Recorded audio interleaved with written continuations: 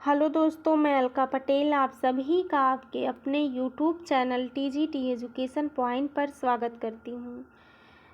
ये क्लास भारतीय राज्य व्यवस्था की क्लास है। इस क्लास में हम लोग संविधान सभा से बाकी बचे हुए क्वेश्चंस करेंगे, क्योंकि हम लोगों ने पिछली क्लासेस में संविधान सभा से बनने वाले क्वेश्चंस किए थे।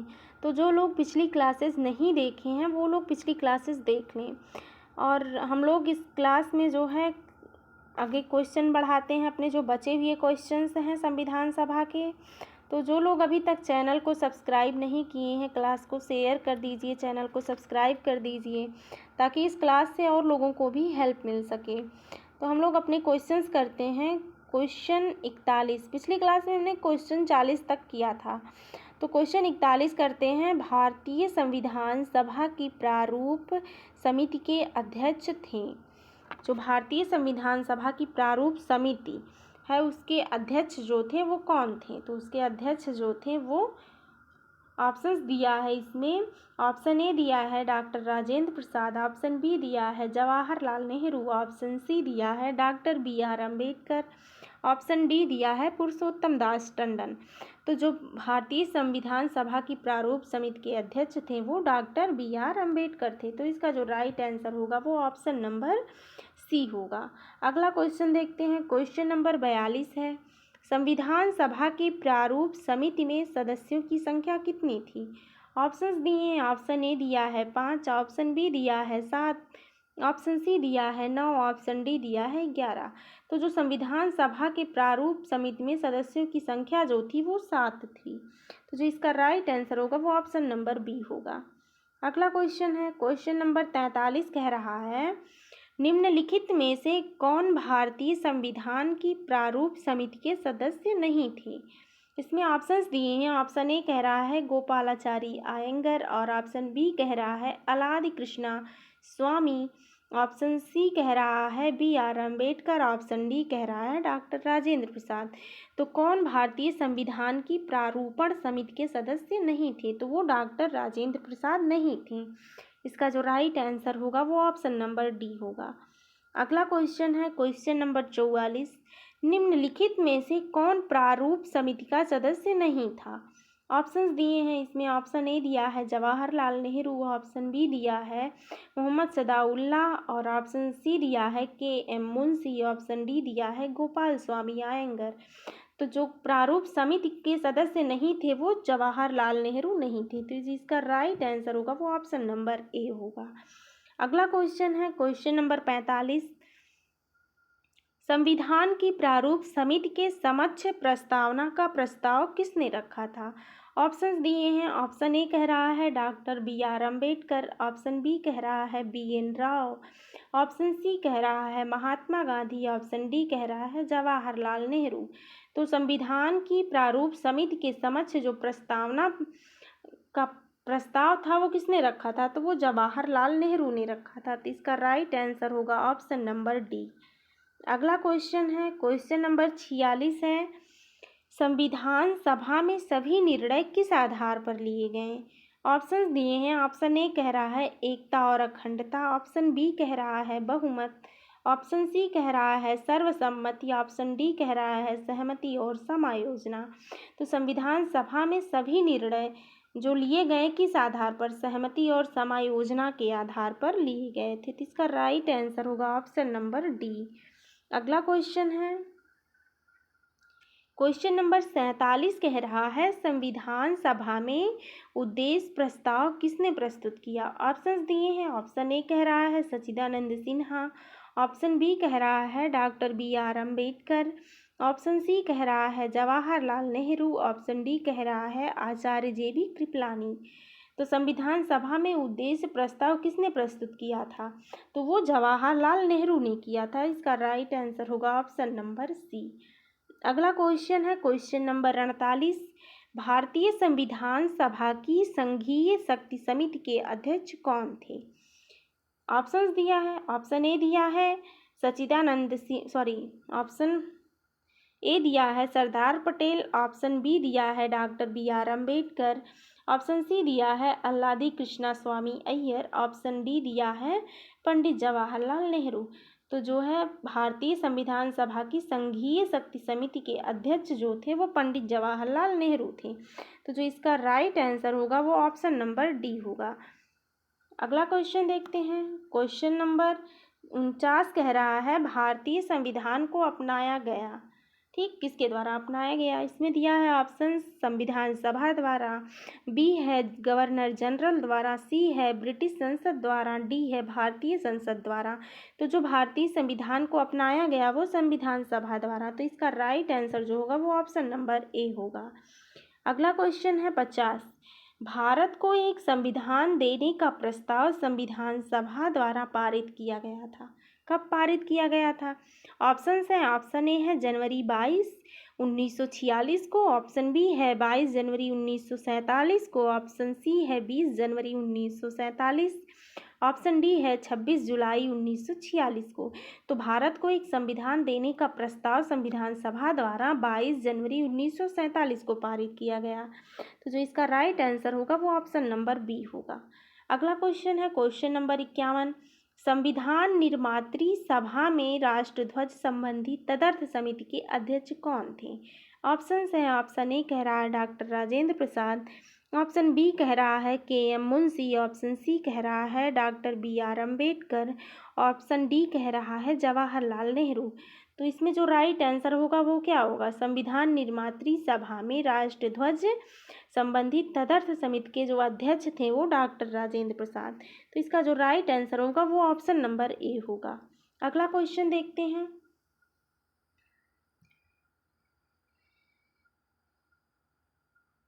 ये देखिए क्वेश्चन नंबर 52 कह रहा है राष्ट्रीय झंडे की अभिकल्पना को भारत की संविधान सभा में ग्रहण किया गया। ऑप्शन दिए हैं। ऑप्शन कह रहा है जुलाई 1948, बी कह रहा है जुलाई 1950, ऑप्शन सी कह रहा है जुलाई 1947 और ऑप्शन डी कह रहा है अगस्त 1947।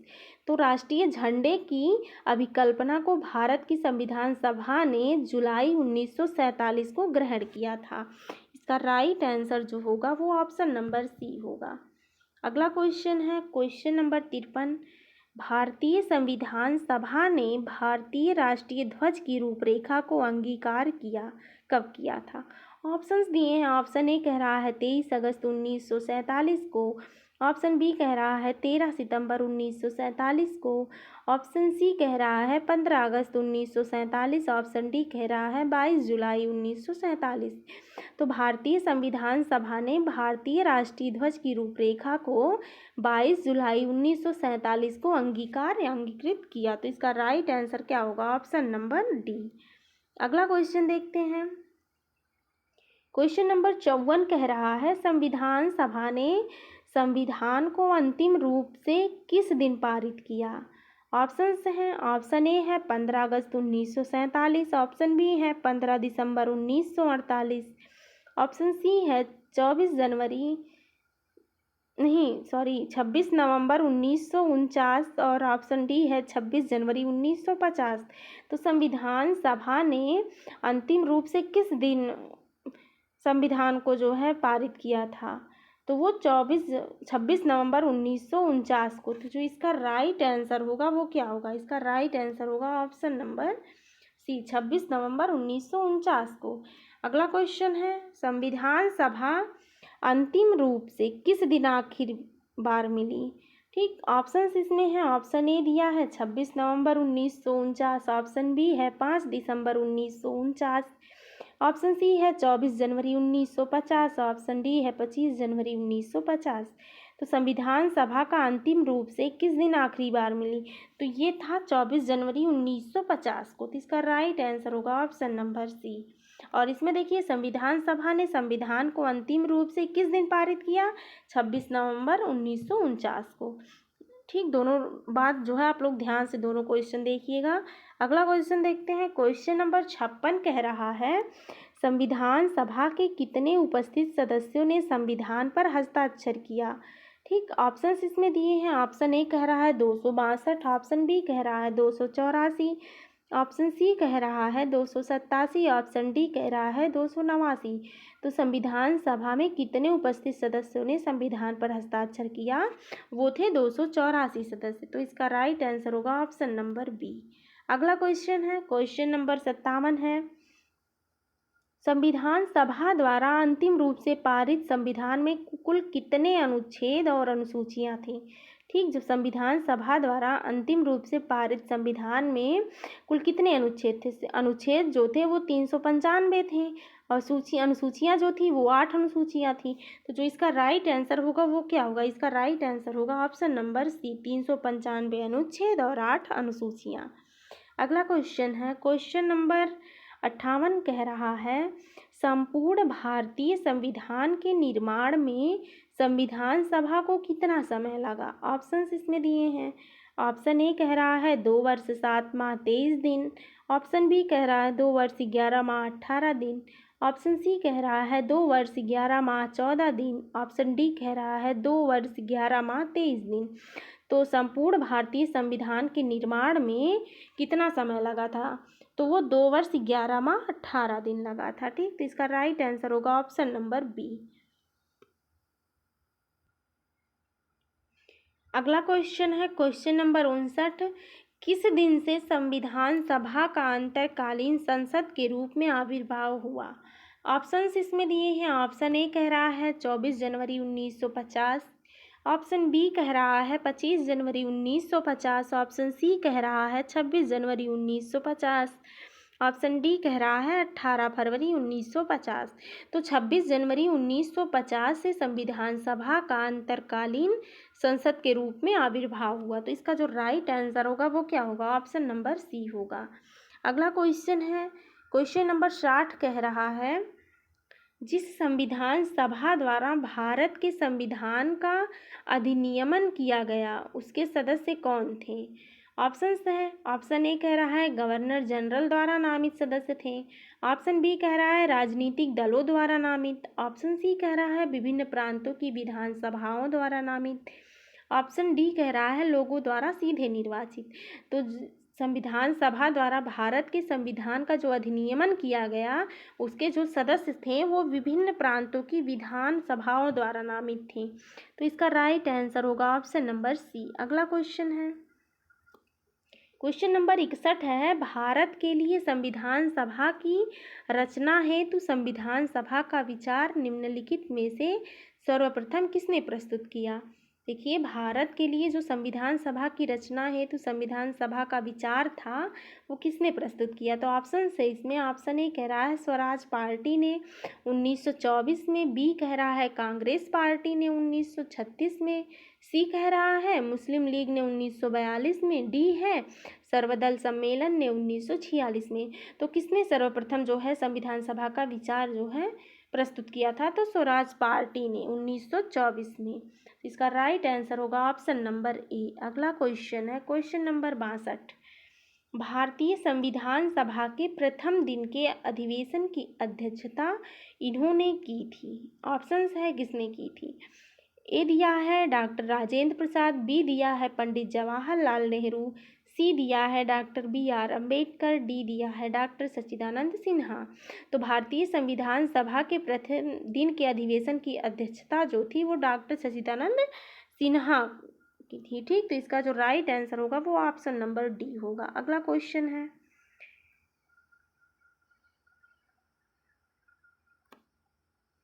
क्वेश्चन नंबर 63 कह रहा है, निम्नलिखित कथनों में से कौन सा कथन जो है संविधान सभा के गठन के बारे में सही है? इसमें पॉइंट दिए गए हैं। पॉइंट ए दिया है संविधान सभा के सदस्यों का चयन 1946 के प्रांतीय चुनावों के आधार पर किया गया। बी कह रहा है देशी राज्यों के प्रतिनिधियों को संविधान सभा में सम्मिलित नहीं किया गया।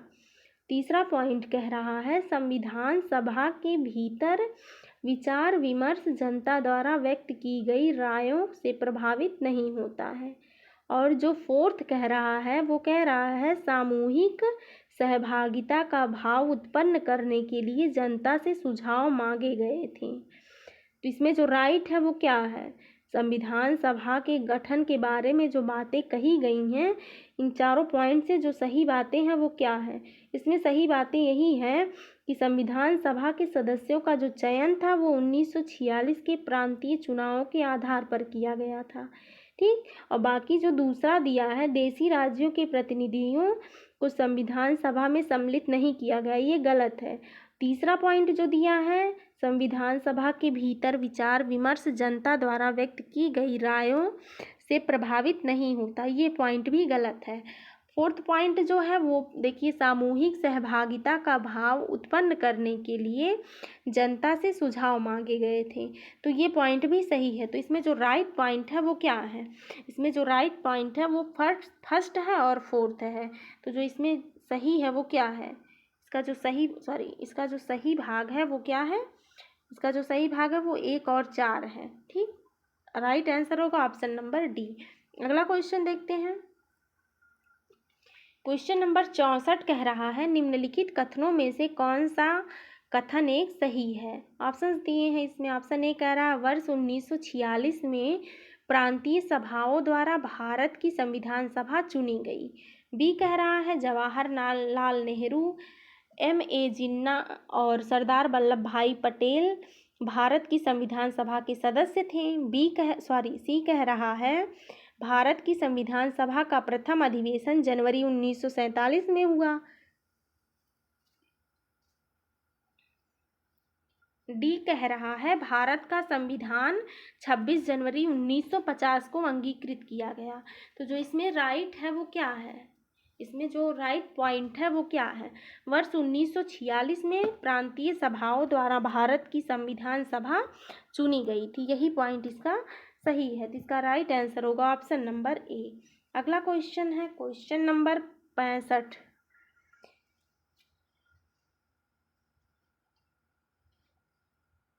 क्वेश्चन नंबर 65 कह रहा है भारत के संविधान का निर्माता किसे माना जाता है? ऑप्शंस दिए हैं। ऑप्शन ए कह रहा है महात्मा गांधी, बी कह रहा है B.R. अम्बेडकर, सी है जवाहरलाल नेहरू, डी है B.N. राव।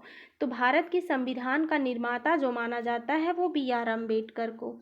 तो इसका जो राइट आंसर है वो ऑप्शन नंबर बी होगा। अगला क्वेश्चन है क्वेश्चन नंबर 66।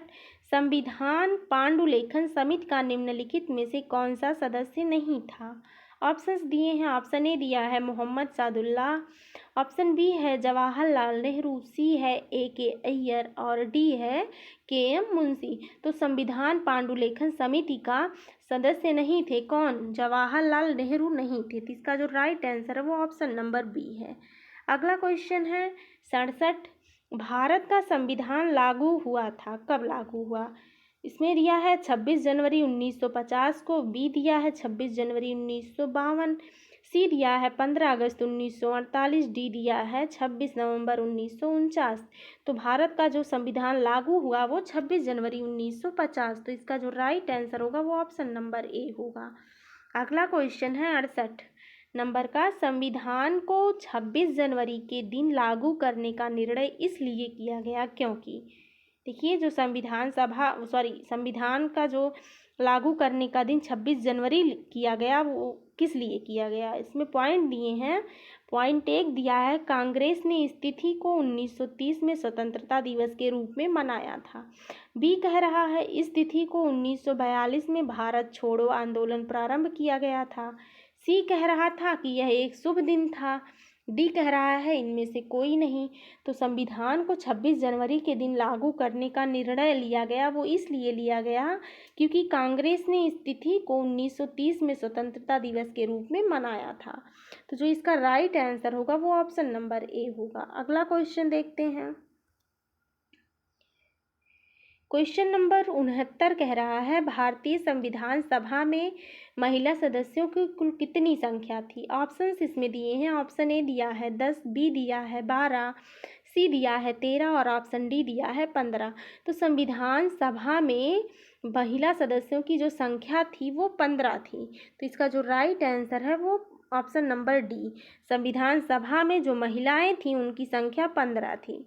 अगला क्वेश्चन देखते हैं। क्वेश्चन नंबर 70 कह रहा है, इनमें से किसने संविधान सभा में यह कहा था कि 26 जनवरी 1950 को भारत अंतर्विरोध हो या विरोधाभास के जीवन काल में प्रविष्ट हो रहा था? ऑप्शंस दिए हैं। ऑप्शन ए दिया है डॉक्टर B.R. अम्बेडकर, बी दिया है जवाहरलाल नेहरू, सी दिया है महात्मा गांधी, डी दिया है A.P. मुखर्जी।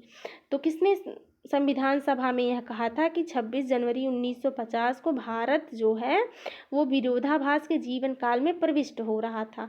तो वो डॉक्टर B.R. अम्बेडकर ने कहा। इसका जो राइट आंसर होगा वो ऑप्शन नंबर ए होगा। तो आज की क्लास यहीं तक। संविधान सभा से बनने वाले क्वेश्चंस हम लोगों ने इन क्लासेस में कंप्लीट कर लिया। अगली क्लास हमारी होगी संविधान की प्रस्तावना से इम्पॉर्टेंट जो क्वेश्चंस बनेंगे उन पर। तो जो लोग क्लासेस नहीं देखे हैं पिछली, वो लोग पिछली क्लासेस देख लीजिए।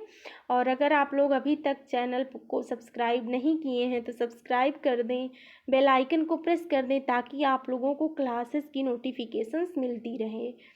तो और आप लोग कमेंट करके अवश्य बता दें कि क्लास कैसी लगी।